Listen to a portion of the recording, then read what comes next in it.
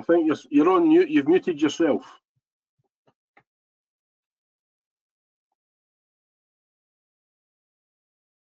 Hello, you all right? Yeah, not bad. How are you? I'm good, mate. I'm good. All right. Thanks for joining us. We'll just give it a couple of minutes, see if anybody else comes in, and then we'll get started. Where were you working today? In Reading, like sort of, well, Charville.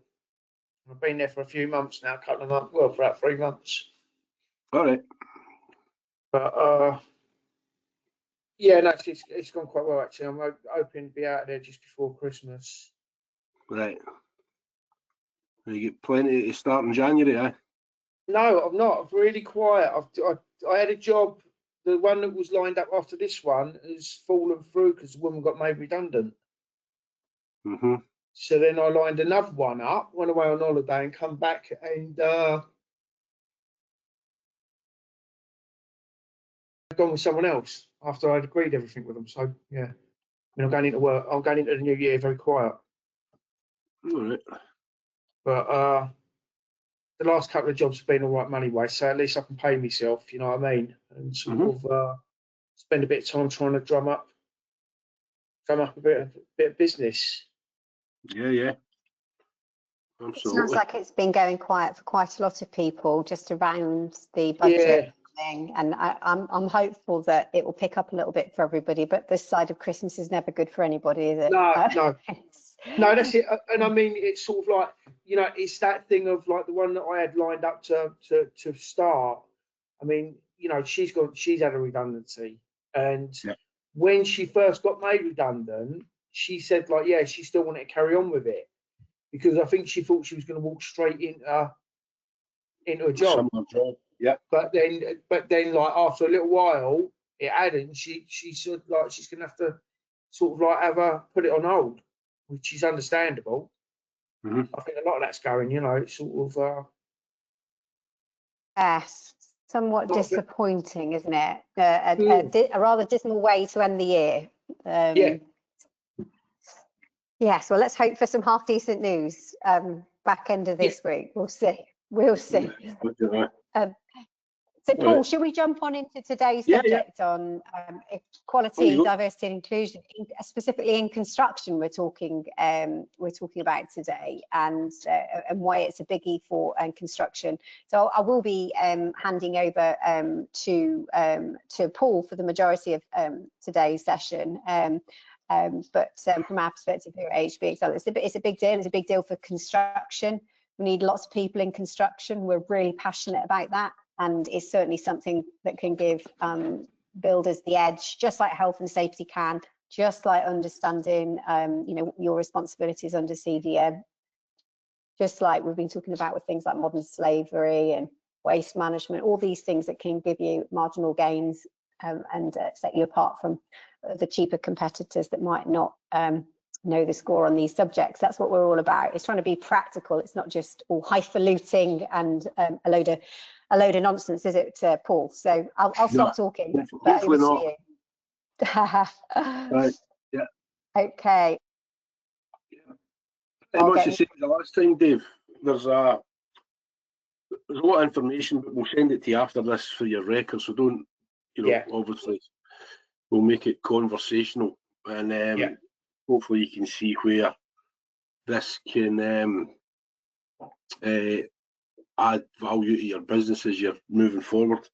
Some of the stuff that's going on, as I say, we'll refer to it to give us a practical angle as we go through the slides. So you know me and you know Joanna, so we'll just crack on.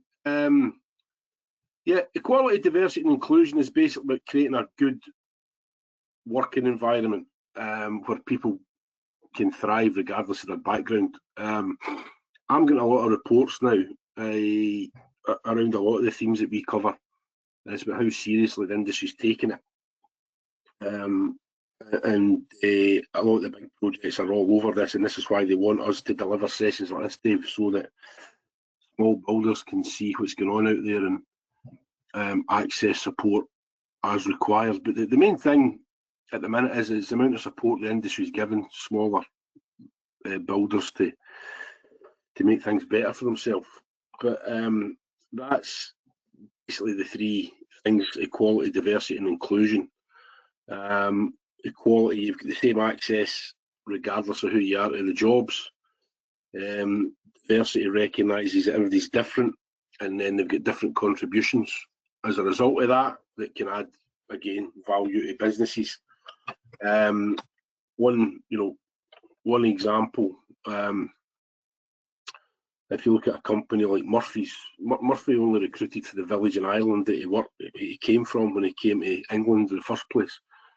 So every Sunday the village only had one phone, as in a phone box, and he would phone every Sunday to tell whoever answered the phone how many men he wanted sent over to England in the next boat. And now, they're a multi-billion-pound company, and they're obviously not recruiting from a village and island to get to that size, so diversity is getting people in from different backgrounds, different skill sets, so that you can create a team that's effective for you and your business. But all the research shows it does make a difference. Meeting people from different backgrounds does give you different insights into certain situations. I remember there was a thing with the army up in Glasgow years ago, and they said why they were committed. And obviously, before the recent changes in the army, regiments were local, weren't they? There was the Anglian regiment. There was a regiment named after where the people came from. And the Brigadier General said he likes mixing it up, because if you put 5 guys for a housing estate in Glasgow onto a problem to solve, he said they'll solve it, but they'll solve it coming for the same angle as 5 guys for the same housing estate. He said, if you put one of them with a Gurkha, one of them with a Welsh regiment and stuff like that, you've got 5 different perspectives. I'd never thought about that, But when the army said this is how we're tackling it, I thought this is fairly serious, So again, if you're known as a fair employer, you can recruit from a broader talent pool. And some of the people in our boot camps give us so much insight into their own experiences of working for big companies, medium companies and small companies before they come on to the boot camp. And it's good for them to be able to give us an idea of what issues they face because of the fact they were women, or from minority ethnic background, or a certain age, or a service leave, or whatever it is, So, it is proper business opportunities, and it can reduce your risks if you're working in a certain community, if you're seen to be recruiting from that community.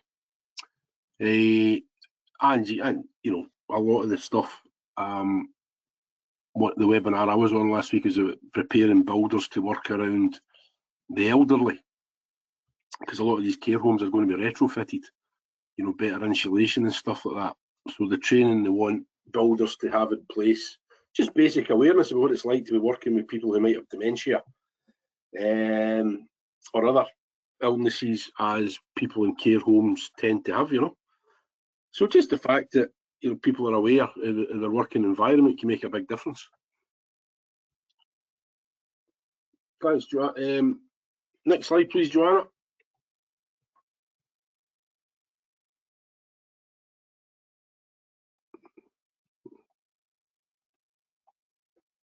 Just refresh that. It didn't come through. Sorry.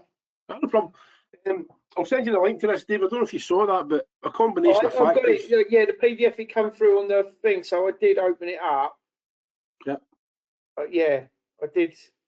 I was just trying to have a look. Might check that I still got it open. We'll send it to you anyway. But that figure about the I've got it, Paul. I have got it, so I'll download it as we speak. And so that was published a fortnight ago, and combination of factors, Brexit, retirement affects different parts of the industry, particularly civil engineering, because there's no courses that a young person can go to in their area to get competent dry lining, ceiling fixing, you know that yourself. So out with the 5 college trades, there isn't a structure to replace the labour that's retiring, which is you know, it's really difficult to believe that after, I would say, 30 years of reports that I've been aware of, nothing's happened. No. Well, my next door neighbour, book 1, he does a load of work with me. He was a bricklaying college teacher. Like, so I'm brickwork, I'm brickwork by trade, and I used to work with him. And he was 10, 15 years ago, he was saying he was complaining about how bad it was because nothing was getting replaced and all that. And then he ended up taking voluntary redundancy because they were scaling everything down. Nobody replaced anything. I think what's actually in the college. Pardon? He took redundancy from the college. Yeah. Yes, from Richmond, Twickenham College. Twickenham, it comes down to Twickenham or Richmond. It's in Twickenham. But Richmond College. I'm part of Richmond because it's in Twickenham. Because that's again the short-term thing. If the college had a drop in numbers for 2 intakes, they would just shut the department rather than say, right, who do we need to talk to make sure the apprentices are coming through, And then if once it's shut, it's so difficult to get people to come back to that teaching environment. But that's the realities of it. Yeah. With such a shortfall, you're just not going to be able to recruit people who look like you to fill the gaps, Yeah. That's hopefully going to be. Well, I think it is. This is the first time I've been aware. I've been involved, where skills training is actually aligned with government investment. We're having calls at a level that we really shouldn't be having as a small business, But it's proof that the people are listening to what's required, and colleges have been told they need to broaden their offer, or they're not guaranteed any funding. Which, is fair enough. So that report there 2 weeks ago shows we need to get a wider range of people coming into the industry. If it's going to meet any expectations at all to achieve different targets for housing, commercial, energy.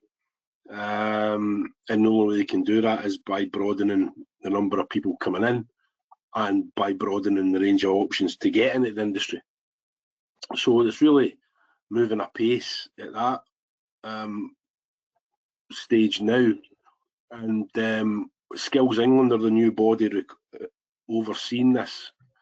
And I was at a meeting in London last week, and they actually stood up and said the first round of LSIP funding, not just in London, has been a disaster because every college did the same thing. Every college set up heat pumps and electric vehicle charge points, and they've not had a customer through the door. So, the millions of pounds that was spent fitting out these, these green hubs, as they're called, is all well and good, but if you're no customers, it's so for them to be told that, and a part of Joanna and I's conversation is that it's another department that's running this now. It's not the Department for Education. It's the Department for Work and Pensions who want outcomes, which is obviously jobs. So there's a huge change there, and then they want to see a wider presence. I'm actually preparing a lifting plan, a labour plan for a big new shopping centre and development in Croydon for over 50s, based around hoist operators, traffic marshals, and slinger signallers, the ground jobs for the cranes. So that contractor, whoever wins it, can say we are recruiting a diverse workforce. Everybody on these jobs is over 50. There's no heavy lifting. You just got to be mobile and health and safety competent, and it's a good. They're well paid jobs. You can't build a concrete tower without the hoists, and guiding vehicles in and out a city centre site safely is crucial, and obviously slinger signallers are the eyes and ears of the crane driver on site. So that's the level of planning that can get into things to make sure people are ready at the right time, and they can specify what type of people it is, So that's good, because we've always worked in demand, but it's the consistency of funding is always a problem until now, and taking skills away from the Department for Education is something that can make these targets more realistic, you know. And so it's not just big projects like that. We've got a few options for the retrofit sector based on people who've been on boot camps, Dave, you know. Yeah. Based in their previous experience of poor training, and now they know they can contribute to designing stuff that's you know, properly structured so that people come out the other end are competent when they start work. And then that again allows us to focus on particular parts of the population to get them in. Insulation, as you know, is quite a messy physical job, and it's important that you get it right, because it does a lot of damage if you don't. So again, that's probably not suitable for somebody over 50, given the physical demands, you know, the cavity walls and stuff like that. So you can look at the jobs and then look at who's suitable to do them, and that helps with this diversity target. You can specify ages and things like that. So there's a lot going on there. So Paul, I was just going to say as well, in terms of interest in construction from women as well, just within that, in the skills bootcamp perspective, over previous 12 months, we've seen nearly a 10% increase in numbers from women on the boot camps. So whether it's CAD, whether it's estimating, whether it's the business management side. So that's jumped from 14% to 22%. So there's definitely more women interested in getting into construction and having a really practical input in.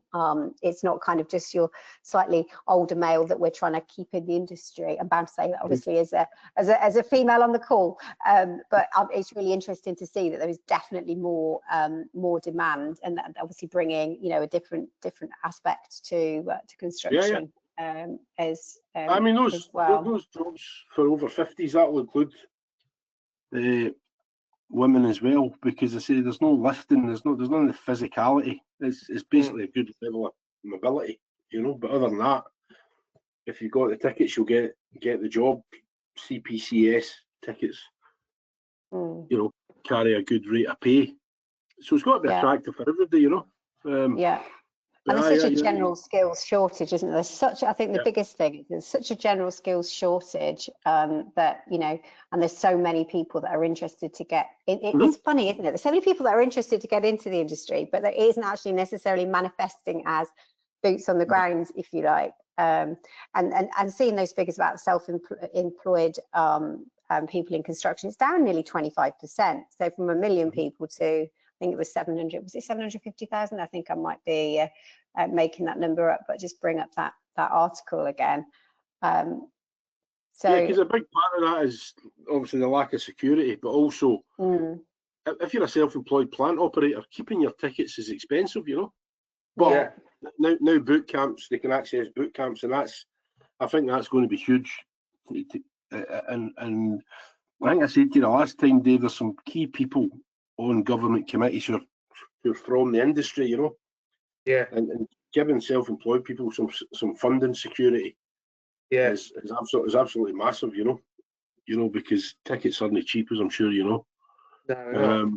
But if you've got 3 plant tickets and they're up for expiry in the same year, you know, very often people might not have $5,000 in the bank, and that's when those guys make that decision. I'll just go and work in a warehouse. They'll know they'll not make as much money, but at least you know they'll get money every week, you know. And when you see the amount of businesses that have gone bust, there's always a self-employed guy somewhere taking the hit because somebody else hasn't been paid, you know. Yeah. Can I be really rude and quickly take that call? Yeah, you go. No, I'll tell you exactly what it is. I've been trying to get hold of the woman today, and I've got to get a completion certificate on an extension. Oh, you have to do it tomorrow. I've got a building inspector coming, and she's just phoning me. I'll phone her back anyway. We're fine. Right. Yeah, so keeping the workforce as it is equally as important as bringing new people in. But the figures about the self-employed, they're casualties more often than not. And who represents them? Nobody, because they work for themselves, you know. They don't have a voice as such. So, as I say, we're optimistic that the new setup will see progress consistently, and we'll just keep chipping away at it. Now we've come this far, you know. Yeah, I know we're talking about the topic here of equality, diversity, and inclusion, but I guess a offshoot of this is the Skills Academy and the different business management courses that we run and project management courses that we run that are open to anybody through the eligibility criteria. Basically, 19 plus in regions that are funded through the programme.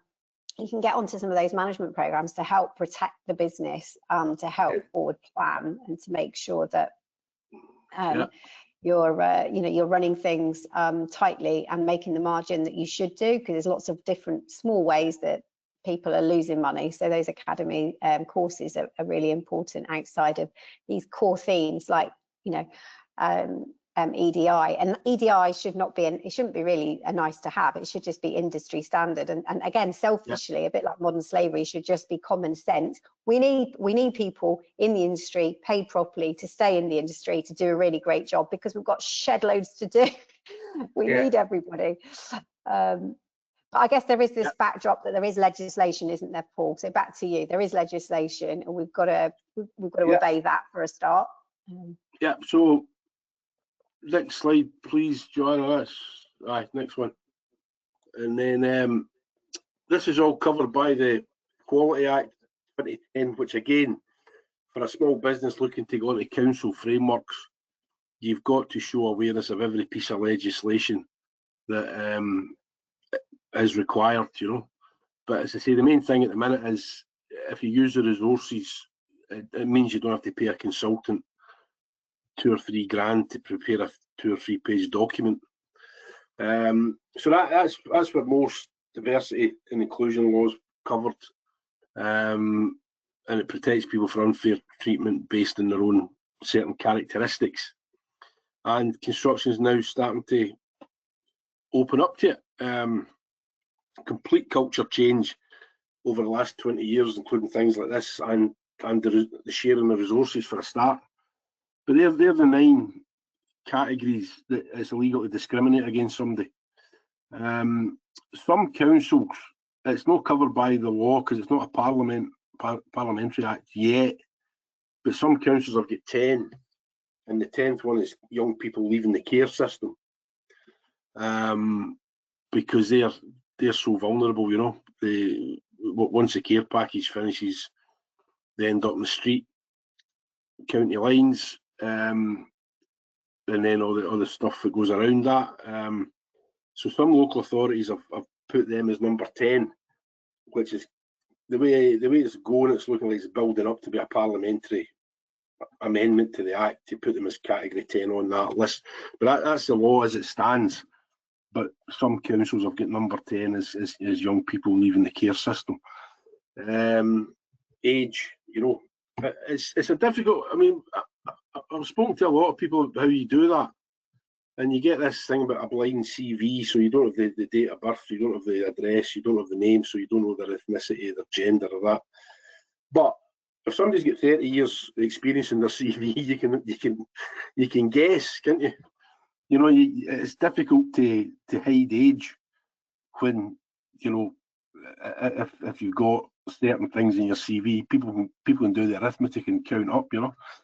The race thing, again, some of the work at HS2 has been 34,000 people are working in HS2, and again, some parts of HS2 are populations with a big ethnic minority presence. So, you know, they've put some serious targets in place to make sure the workforce reflects that.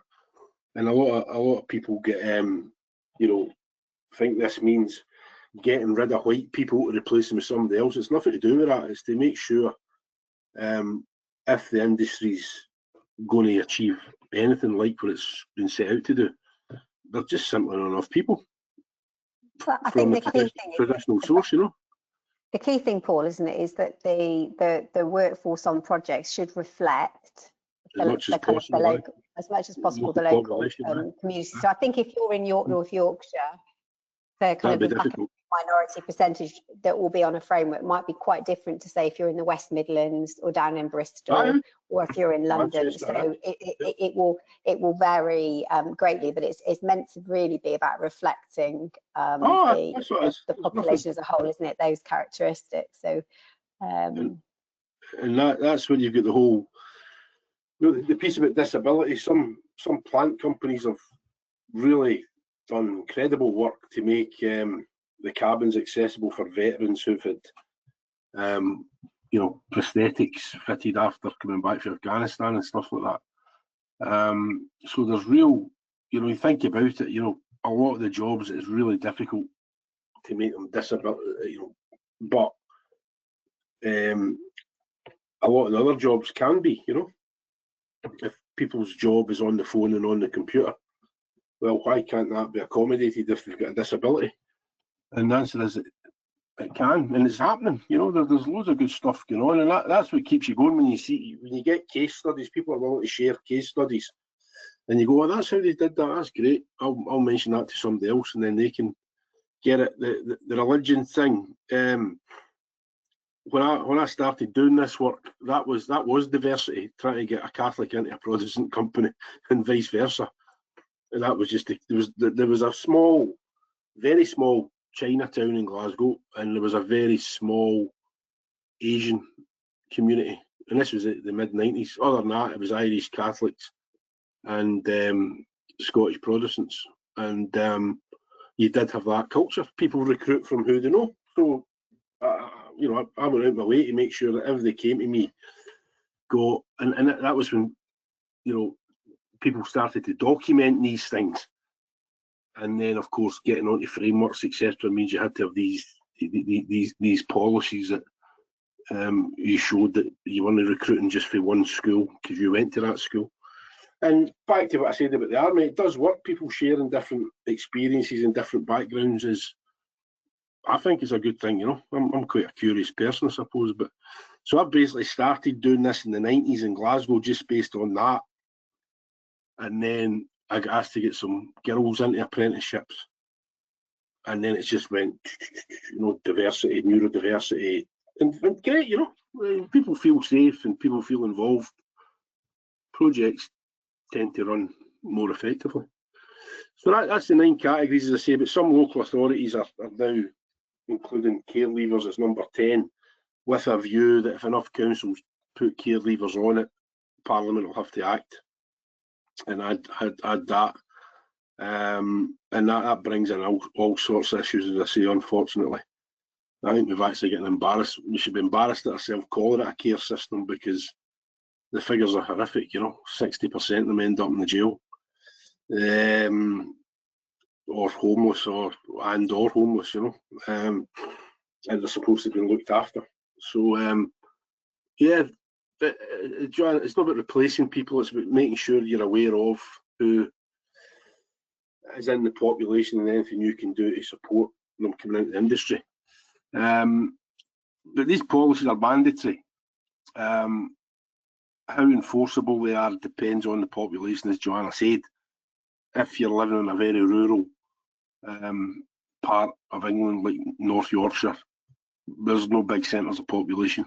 Out with York itself, you know, villages, 3 or 4 farm cottages up in the middle of the Yorkshire moors, a very harsh environment, you know, to live in and work in. The other side of that is, you know, obviously, as Joanna said, you take the Midlands, huge influx of Caribbean and Asian workers to come for the car factories and engineering works, when manufacturing, still a lot of manufacturing in the West Mids, but it's more digitalised and computerised and physical. So you've got that, you know, population, parts of London, Manchester, Liverpool to a lesser degree. But that's all. I just look at, make sure your workforce looks So again, linking it with different government policies, that story there ties in with the modern slavery thing more than anything else, but it's basically making sure builders prove who's on their site.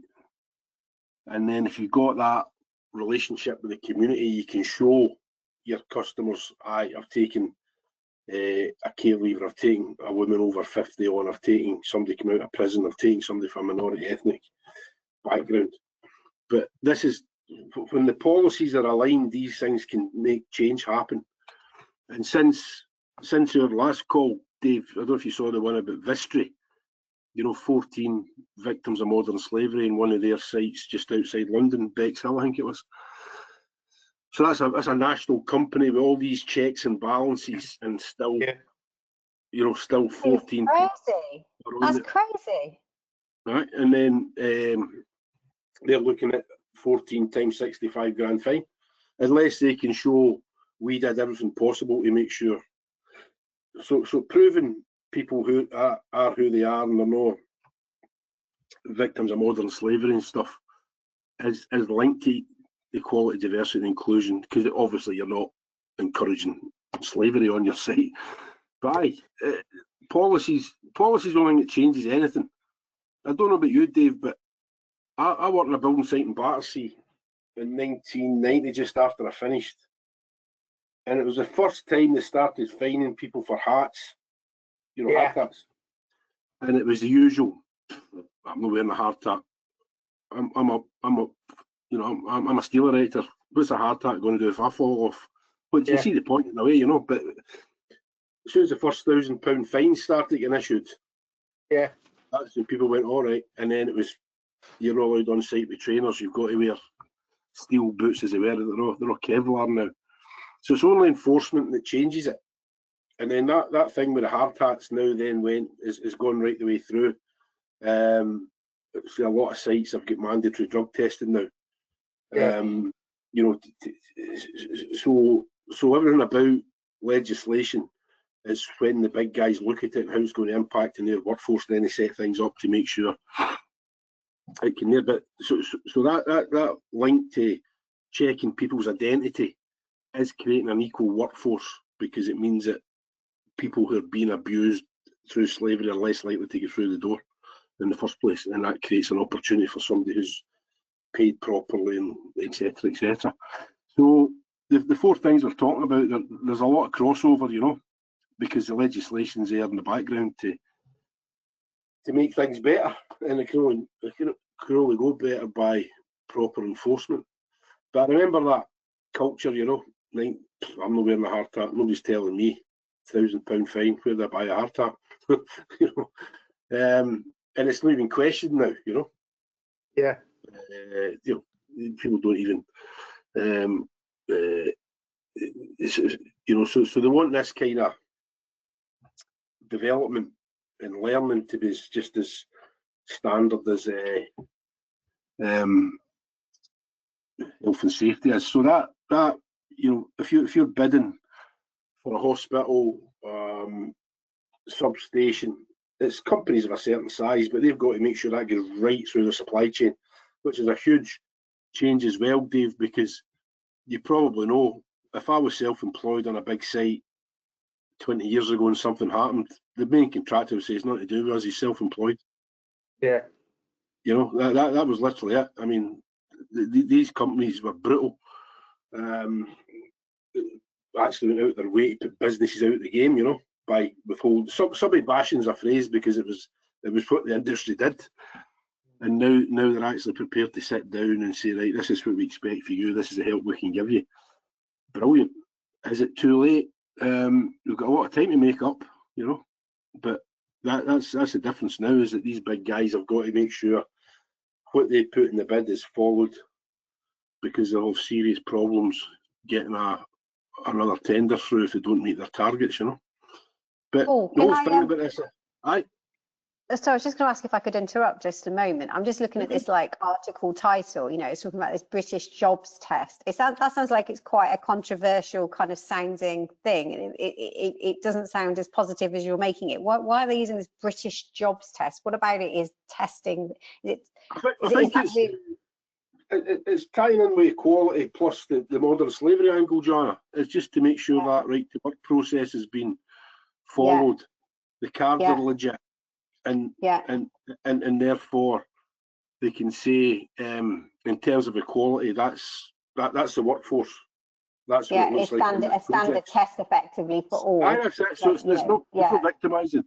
It is aligned probably more with the modern slavery, but you think about it, the crossover is pretty much there, because it means everybody's got to go through the same process. So one of the boot camp candidates is a health and safety auditor on Sizewell, Dave, and she took up a lot of people's fear away, because all this checking, if you've got a smartphone, you can do it in 10 minutes. So it's knowing what government apps to have on your phone. So if you've got any doubts about me or Joanna coming onto your site, you don't have to stop work and then, phone somebody waiting a queue for 3 hours and then do something else and then get back to us after a couple of days. You can do that to give you complete reassurance that you've done everything properly in 10 minutes. And that's I think that's the thing now. It's hopefully take away the fear of doing all these things. They were expensive. I'm not saying they weren't. They're not now, and that's something we need to get across to as many builders as possible.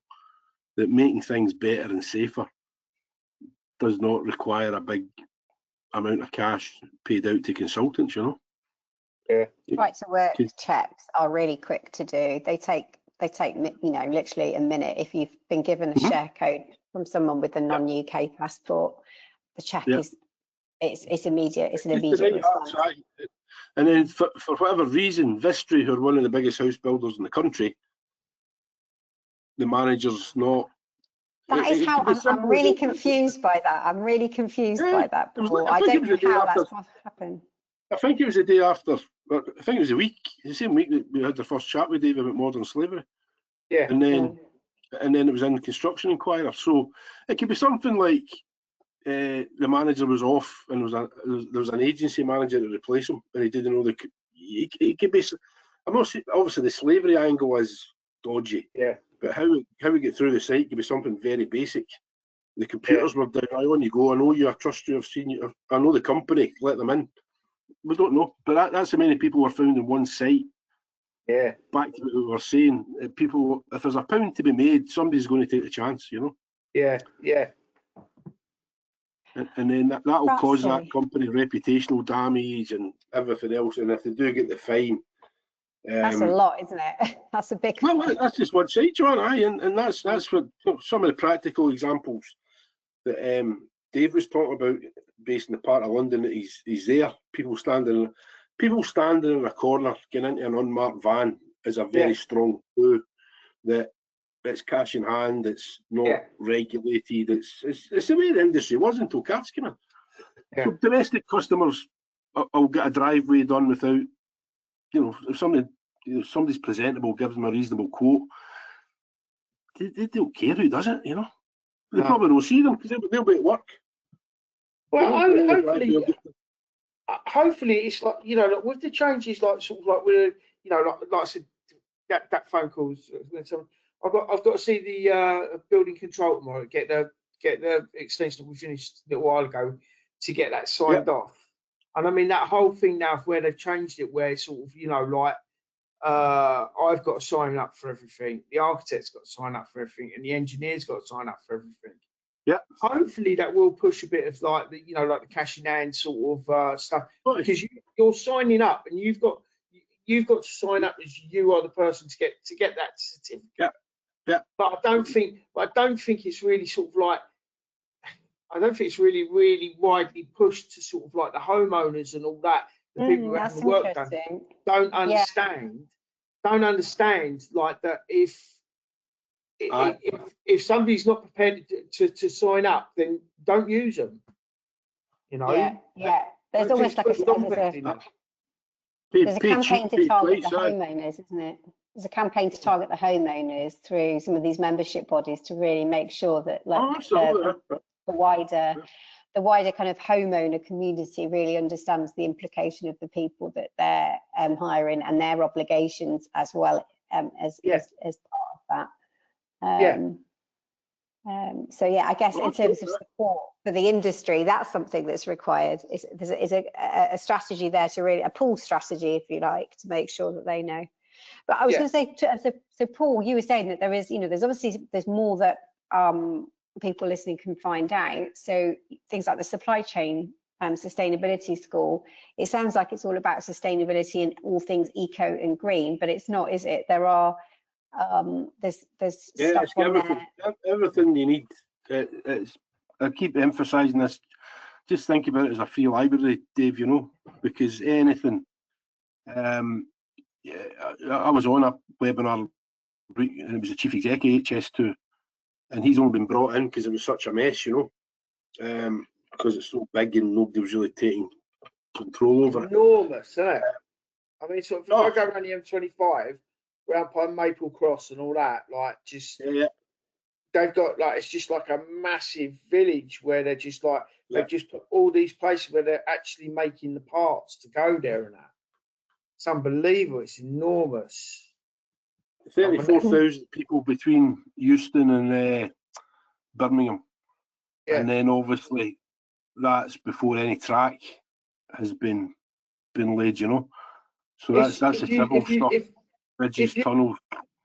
If you drive sort of like, if I go round the M25, you'll see the thing. But if like sort of like from Harefield and all that area, like the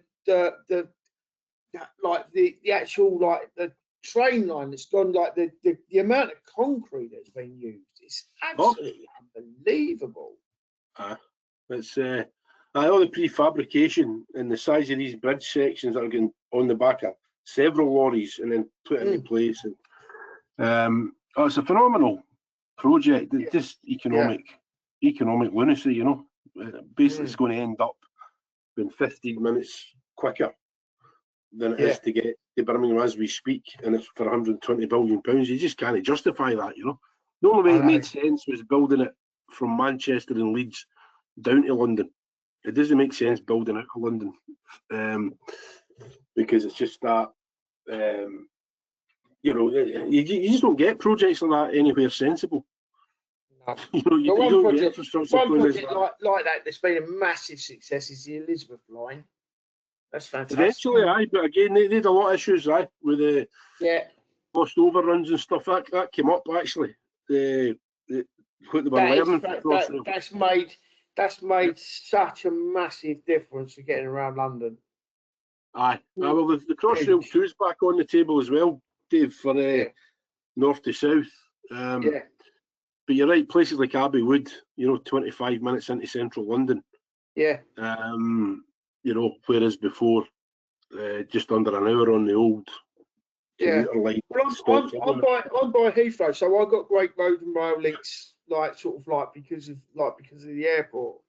I mean, like sort of like with like the Elizabeth line, it's absolutely unbelievable now. Just getting like sort of like anywhere in London, just bang, you know what I mean? I'm a West Ham fan. It's on the other side, and it takes me, when I take the granddaughter, it takes me 35 minutes from walking out the door to walking into West Ham Station. It's the other side of London.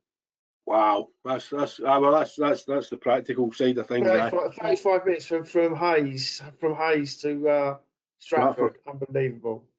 One side of London to the other. It's just a pity you don't enjoy it when you get through the door at the stadium at the minute. You can't have everything, Dave. My son and nephew still, like, they're still season ticket holders today. Whenever they ain't going, they try and push the tickets on me now, and I tell them I'm busy. It's a shame to see they're so bad. So badly run. But I used to enjoy going to the old stadium. When I worked in Battersea, you could just decide to go to a game when you finish, unless it was a big derby. And then Liam Brady was playing for West Ham in his last season before he retired.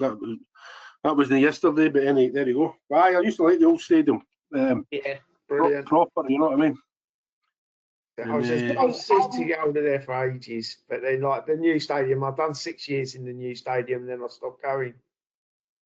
So, it's just business now, isn't it? It is business as well. Exactly, Yeah. it's not about the match going fan now. It's everything for telly. I mean, like there's never like this Saturday was the first Saturday in God knows how long that there was quite a full fixture list for 3 o'clock kickoffs. Aye, that's right, because there's no European football to make it a Sunday. Yeah. Well, it's, I quite like going to Palace because it's still got that old-fashioned. Yeah, and a great atmosphere at Palace. Because it's old-fashioned. Yeah. And they can't do much with it because it's surrounded by the railway, you know, the 2 lines. So, and they're not big enough to justify building like a 60. But once they get the stand, that'll be 40,000, and that'll all be sold out every week. Even if they get relegated, I can't see them getting relegated. But that's the kind of stadium. Well, we're all brought up with, you know. But they're few and far between these days. But that's brilliant. That's 35 minutes across. We can cross that should enhance kind of inclusion into industry if you can move around more quickly and from all parts of the region. You know, that would really help, shouldn't it? And I guess getting back onto this topic, I guess it's interesting, you know, in talking of literally travel and what we can do. And so these are the CIOB's figures, aren't they, Paul? In terms of the percentages of people in society in general and those who are in construction. So it's quite interesting reading, and I'm interested around that ethnic minorities as well, because I think it's around 30% of construction skills bootcamp attendees for HBXL are actually from ethnic minority backgrounds, but actually in construction, so that's construction specific courses our side, so that's just showing the demand there. But in terms of who is employed in construction, it's only 6%. There's quite a big gap, those that want to get in and those actually are there. And as we were saying about women in construction before, those figures that I gave before, where we've got 22% of learners are women into construction. So there's definitely more appetite from these different groups to get into construction. And obviously, you know, disabilities is its own category, if you like, but also attached to that is people, I guess, who have been in construction for years and are now suffering as a physical consequence of working so manually and so hard. So through the bootcamp programs, some of those kind of digital and business management and desk-based roles become, with that experience that we desperately don't want to lose, something that is possible, particularly in aspects such as retrofit, where we really need seasoned professionals, you know, dealing with this stuff, not people that have just come straight out of a course, you know, from college type thing, where they don't have the practical experience of, you know, what happens when you do X and its impact on Y. So yeah, there's more as an industry to do. There's definitely demand there, but the figures are reasonably low in terms of who's actually operating in construction at the moment. When we get that figure for women, when you take away all the architects, engineers, admin staff, the site presence is only a couple of percent, is it? Very rarely higher than 2%, and that's where you need big projects like you know, the national grid upgrade, and even some of that long-term work in Croydon. That's the same company that have got the Stratford Shopping Centre, Westfield, and they've changed the model because of COVID. But those lifting operation jobs, the traffic marshals, the hoist operators, the plant. I mean, Murphy's actually asked me to set up a plant academy in a women's prison about 12, 13 years ago, and it was outside Birmingham, and obviously HS2 was in the horizon, etc. But when I spoke to them, it was interesting. It wasn't just the equality, diversity and inclusion angle, it was finance. Murphy's have got a huge presence in Australia on some of these big quarries, you know, that are basically digging Australia up and selling it to China. So because of the nature of the quarries, some of the sites have got 30-40% women, because you've just got to recruit from the local population, you know. And Murphy's finance director worked out that a woman was 30% cheaper than a man, not in terms of wages, but in terms of repairs, because they were more careful. With the equipment. Oh, really? More careful users of the actual machines. So that was how much detail. But the prison were up for it, but the college at the contract said, no, these women will do hairdressing. Get yourself back up to Scotland and don't annoy us anymore. But hopefully that will come back round. But yeah, so that presence on site is still remarkable. And back to the Olympics, where your stadium is, Dave, the reason I came this far south is because of all the data that came out of the construction. And I get involved with a guy who was at Barking and Dagenham at the time, but he was on the Olympics. And he went to Australia with his family in 1988. Yeah. And obviously when he started, he get paid on site, you know. Somebody for the company came round with a brown envelope with your wages in cash. Blah, blah, blah. So he was astounded. He'd never seen it, and he'd never worked outside London. He'd never seen a woman on a building site apart from the women coming round with the wages on a Thursday. And then he went to Australia to work in these big quarries, and it was 30%, you know, 30 to 40% women. So we've got a long way to go. But yeah, basically, so practically it just means that, you know, you're picking the right candidates, not because they support the same team or the same school as you. The diversity bit is getting the opportunities out to as many people as possible is the way you can change people's circumstances. And then once people are in, do what you can to make sure it's a good working environment that keeps them in. No point going to all this effort and then people leave after 2 weeks because they're getting bullied because they're different, you know. Yeah. And sadly, some of that is still going on. Less so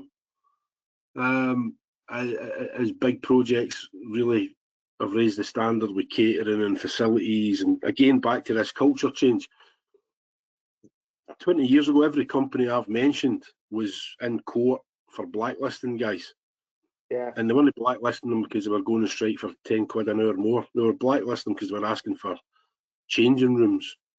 Yeah.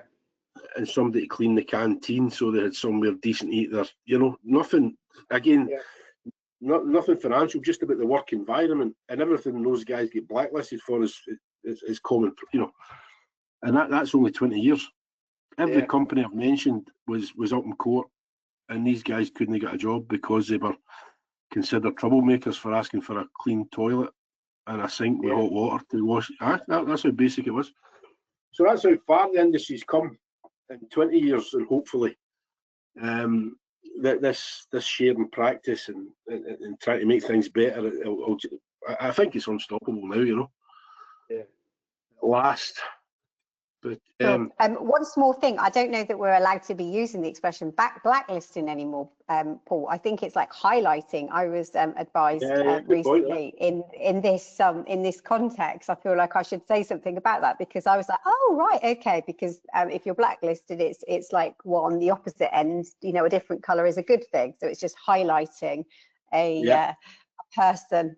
And talking of that, you know, from an inclusion perspective, we're not just obviously talking about ethnicity and gender. I guess it is people with different kind of learning challenges as well, and potentially where they are on the kind of neurodivergency scale. And I think that's obviously really an important point to make. So obviously construction, I think different sources say it's, you know, as much as 50% of workers in construction would kind of self, what's the word I'm looking for, identify as having a level of neurodivergency, such as like ADHD or something like that. They didn't necessarily have been told by a medical professional or anything, but that's their feeling on things. So I think that it doesn't necessarily have to be, you know, just ethnicity or gender related, and there's loads more on that actually. Neurodivergency, and I can't even say that properly tonight, neurodivergency in construction on the supply chain sustainability score, also that, which I guess we're going to bring up again. I showed you whilst you were chatting before that there's all sorts of courses on the supply chain score. so far as you know, making it important for your business, how it's going to give your business the edge, what can, you know, smaller contractors do and think about, and back to, you know, why should somebody choose you as the company of choice? You don't know necessarily that client's background, so having all your kind of like mini policies lined up around things like modern slavery, waste management, equality and diversity and inclusion, all of those things, as well as your approach to things like health and safety, you know, can set you apart. And certainly on frameworks, they do. They're a requirement, and you're measured against them as part of social value. Through the Skills Bootcamp programme, those are all things that we're measured on as a provider, and on construction projects, on frameworks, they are as well. But even in private work, I think, you know, if you care about, you know, your staff and your client cares about, well, who's doing the work, which we've discussed today, maybe some less so, but you know, where those are kind of like prime clients that you're trying to secure, these are all things that could help. Oh, absolutely. It's got to be related to business eventually, Joanna. Yeah. I mean, so there's a last couple of slides, isn't there, from you? Sorry. Just 15, please, Joanna. Sorry, 13. Oh, 13. Is it on? Sorry. There we go.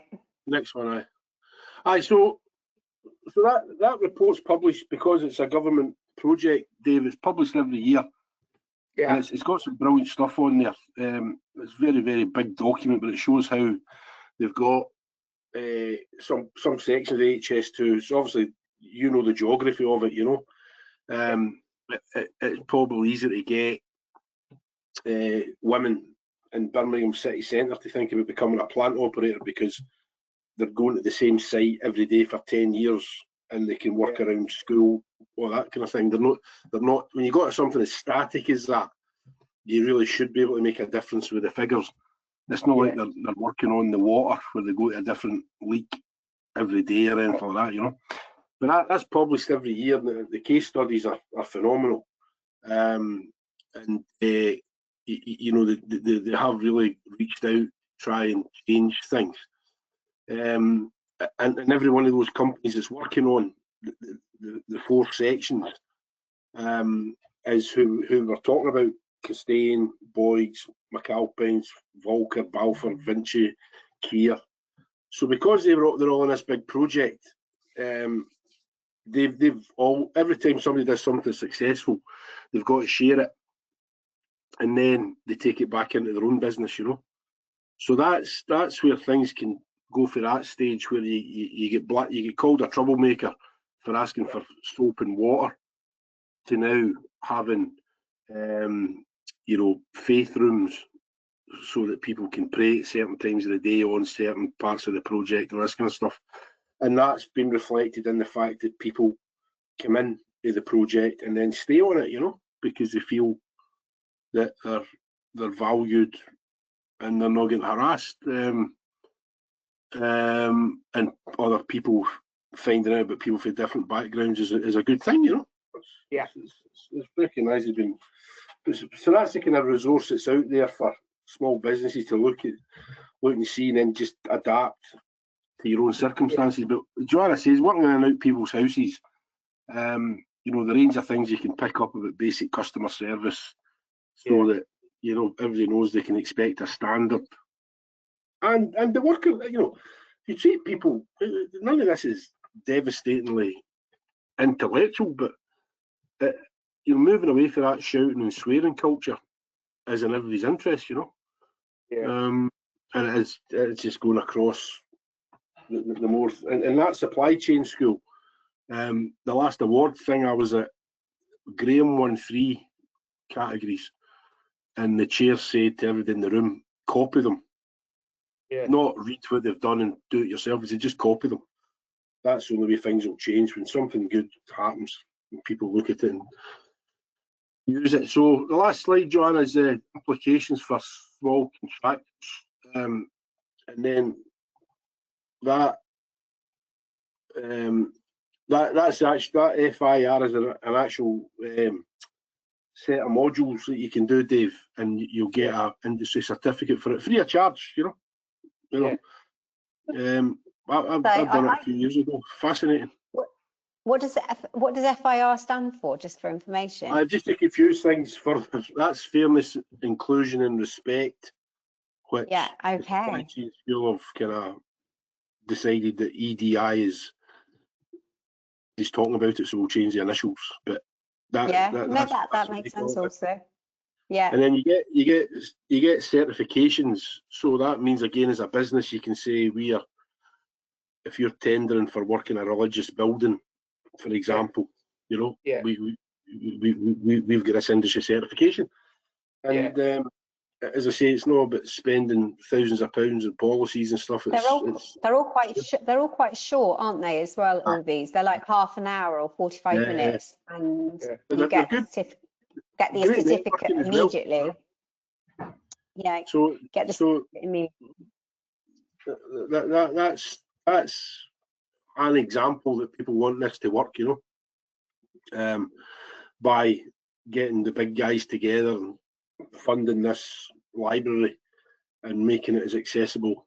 We make sure that some of the younger ones in the boot camps, Dave, who are looking for a job, do as many of these modules as they can, so I can send that certificate out as well as the stuff they do on the boot camp, you know, and nobody complains about it. You know? So, you know, the announcements this week are going to be positive. Some sectors, you'll never please a whole industry, but as I say, that domestic retrofit market is going to be huge. Yeah. And as businesses that can show they can behave properly, they can get a competent workforce, you know, to carry out this work. It's a really good source of income. Any government framework, I've never known any company that's been in a hurry to get off a framework, put it that way. Yeah. You know, because you're guaranteed your money 30 days, but once you're actually on it, I think the average payment for a framework's 18 days. And again, it's all got to be published. This isn't a rumour. You know, prompt payment is what keeps the industry afloat. Yeah. And that's why if you're on a framework, you've got a level of protection you don't have elsewhere, you know. And businesses that make the effort tend to get the rewards, you know what I mean? Yeah. So I've got calls with the candidates, unfortunately, and I need to go and grab something to eat. But anything you want to know, Dave, just drop me a line, because I say there's. I will do. I've got plenty of stuff and have a butcher's through. I've downloaded that thing, so I'll have a quick flick through that in my leisure. Oh. And I'll let you get on with your dinner. But yeah, I definitely recommend those supply chain sustainability school certifications, because they're really digestible as well. So if there's a real purpose, a contract that you have coming up, or you just want to add, you know, some brownie points to your, you know, portfolio and website about your approach, they're really, you know, straightforward and digestible. They're not really trying. I've done some myself, and you know, dare I say, I enjoyed doing them. And we're not affiliated with them at all, by the way. We just think they're a really great resource. So no, that's fine. All right, cool. Well, I'll let you two get on then. Thank you. Really nice to chat with you. And if anyone else has got any questions, put them down on email, and we will reply after. All right. Take care, everybody. Bye. See you later. Bye. Bye. Bye. Bye. Bye. Bye.